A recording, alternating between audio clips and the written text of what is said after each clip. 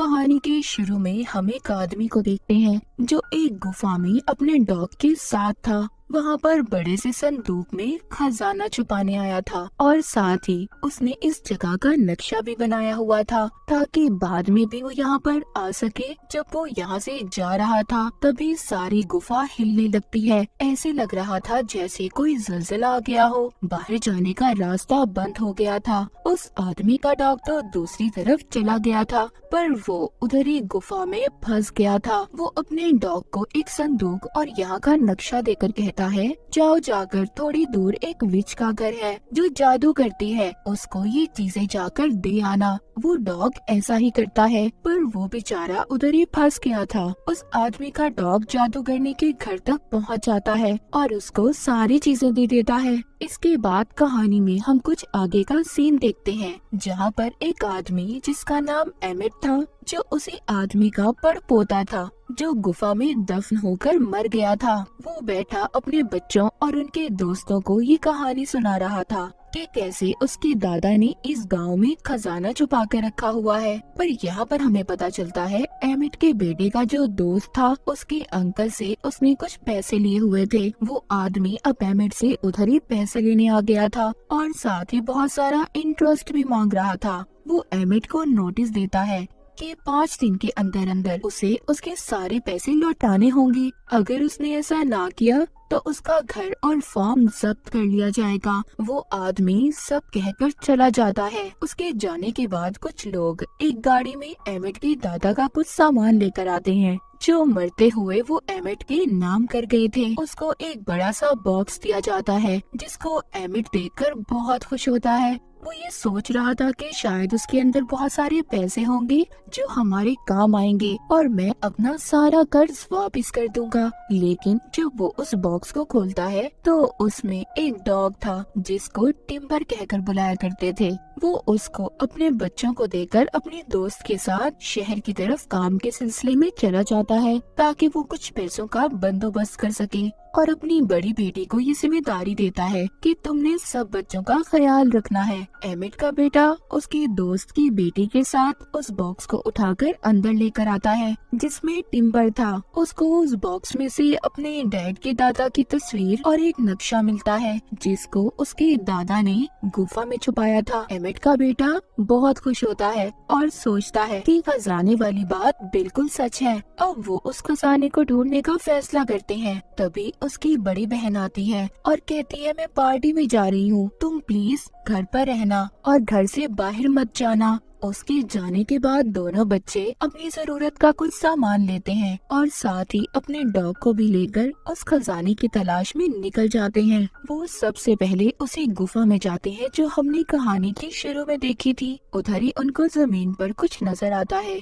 जब ये वहाँ से मिट्टी हटाते हैं तो उधर उन्हें एक बॉक्स मिलता है। एमिट का बेटा उसके गले में जो चाबी थी जो उसके डैड ने दी थी, उससे वो छोटा बॉक्स खोलने की कोशिश करता है पर उस चाबी से वो बॉक्स नहीं खुल रहा था। तभी उसे अपने डैड के दादा का डॉग टिम्बर के गले में चाबी नजर आती है। इसीलिए वो उस चाबी को लेकर उस बॉक्स को खोलने की कोशिश करता है जिससे वो बॉक्स खुल जाता है। इसको उसके अंदर से एक लोहे का टुकड़ा और आगे जाने का नक्शा मिलता है जिसे देखकर दोनों बहुत खुश हो गए थे और आगे बढ़ने लगते हैं। मगर वो आदमी भी इनका पीछा कर रहा था जिसने एमिट को उधार पैसे दिए थे, क्योंकि उस वक्त जब एमिट के दादा इस खजाने को छुपाकर वापस आ रहे थे जो गुफा में ज़लज़ला आया था, वो असल में इसी आदमी के दादा ने ब्लास्ट करवाया था, क्योंकि उस वक्त वो भी इस खजाने की तलाश में थे। एमिट के बेटे और उसके दोस्त ने भी इन्हें देख लिया था, इसीलिए वो आदमी अपने कुछ साथियों को इनके पीछे लगा देता है। मगर वो तो यहाँ से भाग गए थे और नक्शे के मुताबिक आगे बढ़ रहे थे। आगे जाकर जब उनके डॉग उल्टा लेटते हैं तो उन्हें एक पहाड़ नजर आता है जिसको उल्टा लेटकर ही देखा जा सकता था। वो डॉग उनको भी देखने का कहते हैं।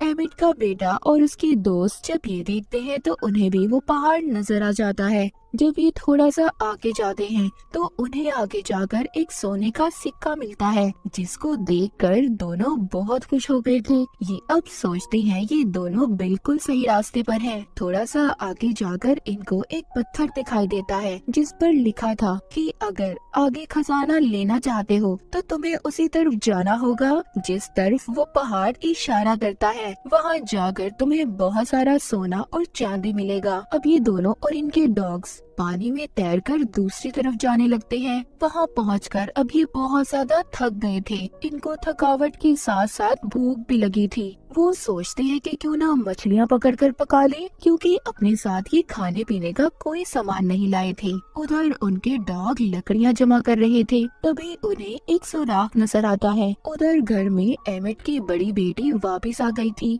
जो अपने भाई को जब नहीं देखती तो बहुत ज्यादा परेशान हो जाती है। घर में एमिट अपनी दोस्त के साथ आ गया था। वहाँ आकर जब ये बच्चों का पूछते हैं तो एमिट की बड़ी बेटी झूठ बोल देती है कि वो अपने दोस्त के घर गए हैं। इधर एमिट का बेटा जो अपनी दोस्त के साथ खजाने की तलाश में था, उन्हें जंगल में एक सुराख मिलता है जिसमें इन्हें एक घंटी और कुछ पुरानी चीजें मिलती हैं। उस घंटी पर कुछ लिखा हुआ था। एमिट के बेटे की दोस्त उसे समझाने लगती है। उसको पता चल चुका था। वो कहती है ये हमें आगे जाने का रास्ता बताएगी। तभी उधर एक भेड़िया आ जाता है, जिसको देखकर सब डर गए थे। एमिट का बेटा उस भेड़िए पर अपना बैग फेंकता है, जिससे वो भाग गया था। दूसरी तरफ वो आदमी जो बच्चों का पीछा खजाना हासिल करने के लिए कर रहा था, उनके पास भी वो भेड़िया जाता है, जिससे सभी डर गए थे और जाकर अपनी गाड़ी में बैठ जाते हैं। उस आदमी के पास एक ऐसी डिवाइस थी जिससे बिजली के झटके दिए जाते थे।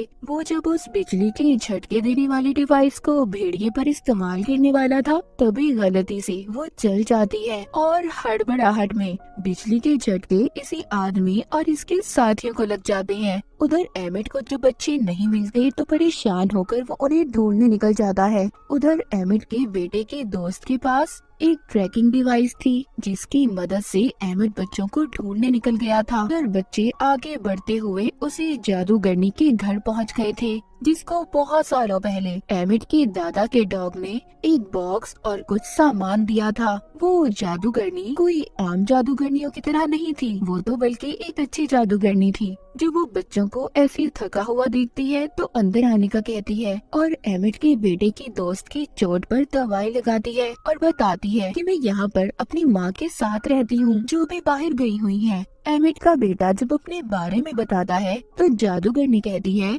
उसके डैड के दादा का नाम लेकर, क्या तुम उन्हें जानते हो? वो कहता है हाँ, वो मेरे डैड के दादा थे। तभी वो जादूगरनी उसको एक बॉक्स देती है जो बहुत सालों पहले उसके डैड के दादा का डॉग इन्हें देकर गया था। वो बताती है कि मेरे खानदान के लोगों ने इसे संभाल कर रखा था और अगर तुम उनके रिश्तेदार हो तो तुम इसको ले सकते हो। एमिट का बेटा अब उस बॉक्स को अपने गले में लटकी चाबी से खोल देता है, जिसमें से उसे एक छोटी कुल्हाड़ी और आगे का नक्शा मिलता है। बच्चे जब बाहर देखते हैं तो उधर वही आदमी आ गया था जो इनका पीछा कर रहा था, मगर वो जादूगरनी अपने घर के खुफिया रास्ते से उन बच्चों को घर से बाहर जाने का रास्ता दिखाती है। तभी उसी जादूगरनी के दरवाजे पर वो आदमी भी आ गया था जो बच्चों का पीछा कर रहा था। वो जादूगरनी से पूछता है कि बच्चे कहाँ पर हैं, जिस पर वो झूठ बोलती है कि वो नहीं जानती कि बच्चे कहाँ पर हैं। वो आदमी इसको अपनी बिजली के झटके देने वाली डिवाइस दिखाकर डराता है।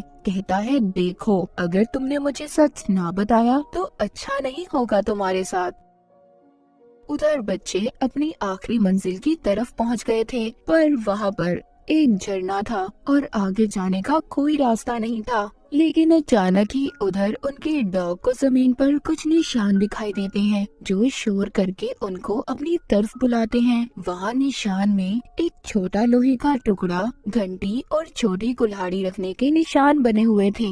जो चीजें इनको अब तक मिल चुकी थी, उन चीजों को उधर लगाते ही पत्थरों के दरमियान एक रास्ता बन जाता है, जिसे देखकर वो बहुत खुश होते हैं। तभी उधर वही आदमी भी आ गया था जो इनका पीछा कर रहा था। वो कहता है शुक्रिया मेरे बच्चों खजाने को ढूंढने के लिए। जब वो उस रास्ते पर जाने वाला था तभी उस गुफा से बहुत सारे चमगादड़ बाहर निकल आते हैं, जिससे सबका ध्यान भटक गया था। इस बात का फायदा उठाकर एमिट का बेटा उन सब चीजों को निकालकर अपने दोस्त और डॉग्स के साथ अंदर चला जाता है, जिसके जाते ही रास्ता बंद हो गया था। वो अंदर आकर इधर उधर खजाना ढूंढने लगते हैं। ये वो ही गुफा थी जहाँ पर एमिट के दादा ने खजाना छुपाया था। ये सब ट्रॉली में सवार होकर आगे बढ़ने लगते हैं। बाहर वो आदमी जो खजाने का पीछा कर रहा था, वो बॉम्ब को ब्लास्ट करके रास्ता खोल लेता है। तभी बॉम्ब के फटने की आवाज एमिट भी सुनता है। वो भी उधर पहुँच चुका था। अंदर गुफा में एमिट के बेटे को वही संदूक मिल जाता है जो एमिट के दादा ने छुपाया था। वो जब उसको खोलते हैं तो उसमें सिर्फ हड्डियाँ थी। वो सोचते हैं इतनी मेहनत करने के बाद भी हमें सिर्फ ये पुरानी हड्डियाँ मिली, क्या फायदा हमारी इतनी मेहनत का। पर टिम्बर को उधर सोने की एक हड्डी मिलती है। जब वो थोड़ा सा आगे जाकर देखते हैं तो वहाँ पर बहुत सारा सोना था। उनको अपनी आंखों पर यकीन नहीं आ रहा था कि उन्होंने खजाने को ढूंढ लिया। लेकिन उधर वो आदमी जो खजाने की तलाश में था, उधर आकर सबको पकड़ लेता है। उधर ही जादूगरनी का डॉग भी आ गया था जो उस आदमी पर हमला कर देता है। तभी सारे डॉग उसके बाकी साथियों पर भी हमला कर देते हैं। तभी एक आदमी का हाथ वहाँ पर लगे हुए बॉम्ब पर गलती से पड़ जाता है, जिससे वो जलने लगते हैं। पूरी गुफा हिलने लगी थी। सब लोग जल्दी जल्दी बाहर आ जाते हैं। बाहर आते ही वो आदमी जो खजाने के पीछे था सबको कहता है ये खजाना मेरा है, और बिजली के झटके देने वाली डिवाइस से भी डराता है। तभी एमिट के बेटे की डॉग्स उस पर हमला कर देते हैं। वो डिवाइस गलती से ऑन हो जाती है। उसके चलते ही उसे और उसके साथियों को झटके लगने लगते हैं, जिस पर सब हंस रहे थे। लेकिन एमिट अभी भी परेशान था क्योंकि उस खजाने तक जाने का रास्ता बंद हो गया था। वो सोचता है अब तो उसे 5 दिन बाद अपना घर खाली करना ही पड़ेगा। पर तभी उधर टिम्बर सोने की हड्डी लेकर आता है। अब उनको कहीं पर भी जाने की जरूरत नहीं थी। एमिट सोचता है कि इसको बेचकर तो उन्हें बहुत सारे पैसे मिल सकते हैं, जिससे उनका घर भी बच जाएगा। मूवी के आखिर में दिखाया जाता है कि एमिट के बेटे को एक जानवर के कंकाल में से एक और खजाने का नक्शा मिलता है, जिसको देखकर ये बहुत खुश होते हैं और फैसला करते हैं कि इस खजाने को भी ये ढूंढेंगे। इसी हैप्पी एंडिंग के साथ ये मूवी यहीं पर खत्म हो जाती है।